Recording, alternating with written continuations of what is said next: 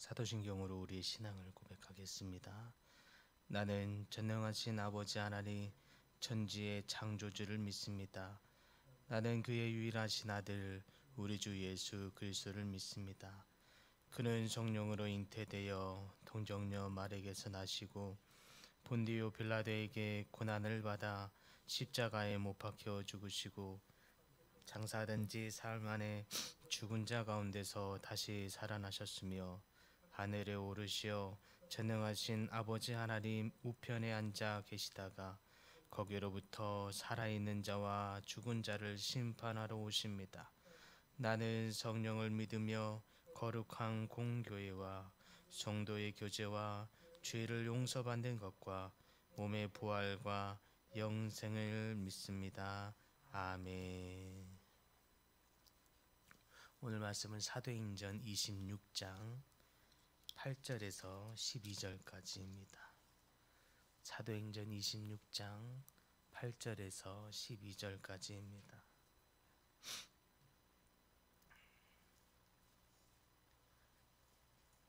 절에서 12절까지 우리 한 목소리로 봉독합니다. 당신들은 하나님이 죽은 사람을 살리심을 어찌하여 못 믿을 것으로 여기나이까? 나도 나사렛 예수의 이름을 대적하여 많은 일을 행하여야 될 줄 스스로 생각하고 예루살렘에서 이런 일을 행하는 대제사장들에게서 권한을 받아 가지고 많은 성도를 옥에 가두며 또 죽일 때에 내가 찬송 투표를 하였고 모든 회당에서 여러 번 형벌하여 강제로 모독하는 말을 하게 하고 그들에 대하여 심히 격분하여 외국 성까지 가서 박해하였고 그 일로 대제사장들의 권한과 위임을 받고 다메섹으로 갔나이다. 아멘. 오늘 이 말씀의 본문의 부분은 아그리빠 왕 앞에 선 바울이 자신이 믿고 있는 이 믿음의 도에 대해서 변호하고자 하는 의도에서 하는 부분입니다. 이 부분을 오늘 묵상하고자 합니다. 바울이 자신을 변호하면서 먼저 설교하기를 예수 그리스도의 부활, 죽은 자의 부활에 대한 부분으로 설교를 시작합니다. 특별히 바리새파 사람들은 부활을 믿고 있었기에 곧 죽은 자를 부활시키는 능히 살리실 수 있는 그 하나님의 능력을 강조함으로써 변론을 시작합니다. 그래서 8절에 보니까 아그리빠 왕을 향해서 담대하게 말하기를 당신들은 하나님이 죽은 사람 다시 살리심을 어찌하여 못 믿을 것으로 여기나이까? 이렇게 반문함으로써 그의 주장을 시작하죠. 즉 사두개인들을 제외하고는 대다수의 유대인들은 죽은 자를 다시 살릴 수 있는 이 하나님의 능력에 대해서는 의심하는 바가 없었습니다. 그래서 이 바울의 반문은 자연스러운 유대인들의 수긍과 동의를 이끌어낼 수 있는 이야기입니다. 그래서 그런 동의를 이끌어냄으로써 아그리빠 왕도 자연스럽게 동의함으로써 자신이 전하고 있는 것이 이 부활에 관한 이야기이니 라고 하는 것으로 자신의 주장의 정당성을 가져가려고 하는 이유입니다. 그리하여서 아그리빠 왕도 크게 저항 없이 받아들일 수 있도록 하기 위한 게 바울의 의도인 것을 보여주고 있는 거죠. 이처럼 어떤 순간에도 바울은 복음을 전하면서 어떻게 하여서라도 그가 복음을 받아들일 수 있도록 하는 이 복음을 전하는 이 열정이 온통 가득 차 있는 것을 볼 수 있습니다. 특별히 그 내용을 봄에 있어서도 죽은 자의 부활, 여기서 부활은 일반적인 부활을 사실 이야기하고 있지만 바울의 의도는 사실은 예수 그리스도의 부활까지 염두에 둠으로써 그 이야기로 끌고 가고자 하는데 그 의도가 있습니다. 이 모든 바울의 의도에는 복음을 전하고자 하는 마음으로 가득한 것입니다. 바울의 진술의 변론의 다음 단계로 보면 이제 좀 더 구체적으로 일반적인 하나님의 능력을 강조하고 함으로써 이 부활을 꺼냈다면 궁극적으로는 예수 그리스도의 부활로 이제 전환시키는 것을 볼 수 있습니다. 즉 바울의 논리는 하나님의 능력은 죽은 자도 능히 살릴 수 있는 그런 능력이 있는 분임을 의심하지 않는다면, 그렇다면 그 부활의 능력을 베푸는 일로서 첫사람으로서 예수 그리스도를 부활할 수 있는 것이 아니겠느냐라고 하는 논지가 바울의 논지입니다. 따라서 그 하나님의 능력을 베푸는 첫 일로서 예수 그리스도를 부활시킨 것인데, 그처럼 예수를 부활시킨 것이 하나님의 첫 부활의 능력을 베푸는 일이라면, 그건 하나님의 가능한 역사가 아니겠느냐. 그렇다면 예수 그리스도를 하나님께서 처음으로 살리신 분이라면 그 예수가 또한 메시아가 아니겠습니까? 라고 하는 의미를 담은 것이 바울의 의도입니다.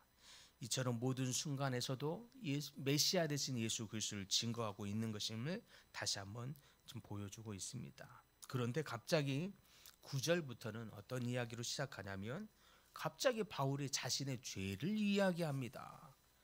아니, 그 죄가 무엇인지를 좀 잘 살펴보면 9절부터 개종하기 전 바울은 예수 그리스도의 이름을 대적하는 행위를 했다는 거예요. 근데 그것이 자신의 사명이라고까지 생각했다는 이야기를 합니다. 그러니 예수의 이름을 대적하는 많은 일을 행해야만 한다고 생각했다는 이야기를 함으로써 동질감, 그들도 같은 생각 아닙니까? 당신들도 비슷한 생각 아닙니까?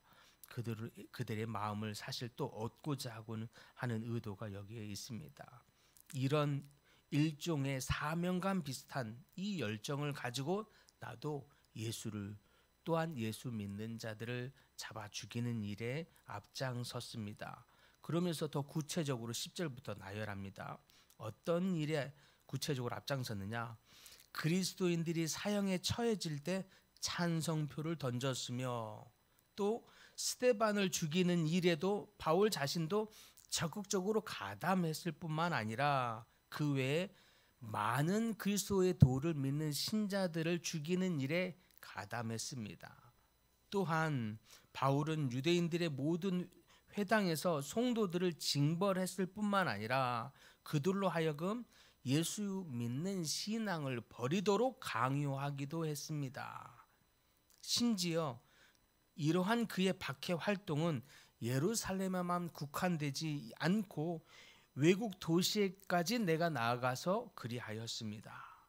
그래서 바울은 이처럼 그들에 대하여 일종의 사명감과 열정을 가지고 예수 믿는 것과 믿는 사람들에 대해서 심히 격분하는 마음이 있었습니다. 이때 격분하다는 단어의 의미는 원어의 뜻인 큰 증오심을 갖고, 특별히 광기 가득한 증오심을 갖고 분내하다라는 뜻입니다. 지금 당신들이 갖는 이 마음과 같이 내가 그런 마음으로 갖고 했습니다. 내가 얼마나 분노를 가지고 관계 어린 분노를 가지고 했는지를 얘기하면서 그들의 동일한 마음, 그 바울을 향해서 분내하는 이 마음이 곧 자신의 마음이었습니다. 이렇게 얘기합니다. 그런데 이상과 같이, 아니, 잡혀있는 죄인의 신분으로서 오히려 자신의 무죄를 입증하려고 애써야 할 텐데, 오히려 바울은 이상과 같이 내가 어떤 죄들을 범했는지를 막 구체적으로 열거하는 이유가 무엇이겠습니까? 오히려 스스로 자신의 죄를 고백하면서 오히려 이러면 자신이 죽을 수도 있는데 그러한 죄를 고백하는 이유가 무엇이 있겠느냐 하는 것입니다. 그것은 오히려 당신들이 갖는 분노의 마음이나 당신들이 갖는 행했던 모든 일들이 나도 동일하게 했던 일입니다 라고 함으로써 오히려 바울을 향해서 대적하는 모든 사람들의 마음까지 공감하고 있습니다 라고 하는 뜻입니다. 당신들이 그렇게 행하고 있는 일을, 그걸 바울 나 자신도 그렇게 행한 사람입니다. 심지어 동질감까지 얻으려고 하는 것이 바울의 의도라고 할 수 있겠습니다. 그래서 바울은 자신을 변호하고 있는 이 설교를 통해서 이 듣고 있는 이 청중들의 불신앙적인 행동이 어쩌면 너무나 당연하다. 저도 충분히 이해합니다. 나 자신도 과거에 그리했기 때문입니다. 라고 하는 의도에서 내가 과거에 얼마나 더 구체적으로 그런 일을 했었는지를 구체적으로 나열하고 있는 것입니다. 그래서 왜냐하니까 유대인들 중에서는 지금도 바울을 향해선 이단의 종파를 믿는 사람이 되어버렸기 때문입니다. 그래서 예수 믿는 자들, 이것은 지상에서 지워버리고 없애버려야 할 이단 중에 이단으로 여겼기 때문입니다. 그래서 그렇게 여기고 있는 부분을 바울이 충분히 공감한다라는 뜻에서 바울이 행했던 일들을 이렇게 구체적으로 나열하고 있습니다. 때문에 바울 자신도 나사렛 예수님의 대적자요 박해자로서 그는 기독교인들의 사형 선고에 찬성하고 그들을 감금하고 고문했고 모독했음을 계속 거듭해서 반복하고 강조하고 있는 까닭입니다.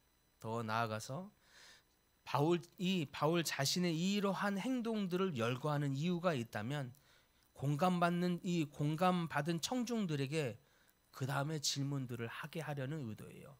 그런데 왜 변한 거예요? 라는 거예요. 아니 그렇게 우리처럼 행했던 사람이 왜 이렇게 바뀐 거예요? 라는 의문을, 궁금증을 가지게 하는 것이에요. 그것이 바로 내가 특별한 만남을 했기 때문입니다. 내가 이 만남이 없었으면 내가 이렇게 당신들과 똑같은 행동을 했고 더한 율법주의자였고 더 엄격한 바리새파 중에 바리새파였는데 당신은 왜 이렇게 변한 겁니까? 라고 하는 궁금증을 듣는 청중들로 하여금 하게 만드는 것이 이 의도였던 거예요. 왜 바뀐 겁니까? 예수님을 만나서 바뀌었다는 거예요. 예수님을 만나서 바뀌게 되었다는 것을 결국에는 이 말하고 싶었던 거예요. 내가 당신들과 같이, 아니 더하면 더했을 만큼 나도 이 예수 믿는 나사렛 도에 대해서 격분한 마음이 있고 광기 어린 분노가 가득하였으나 내가 이렇게 바뀐 것은 부활하신 예수를 만났기 때문입니다. 내가 그 예수를 만나고 눈이 보이지 않을 지경에까지 이르렀는데 그분이 만나서 나에게 이렇게 말씀하더이다.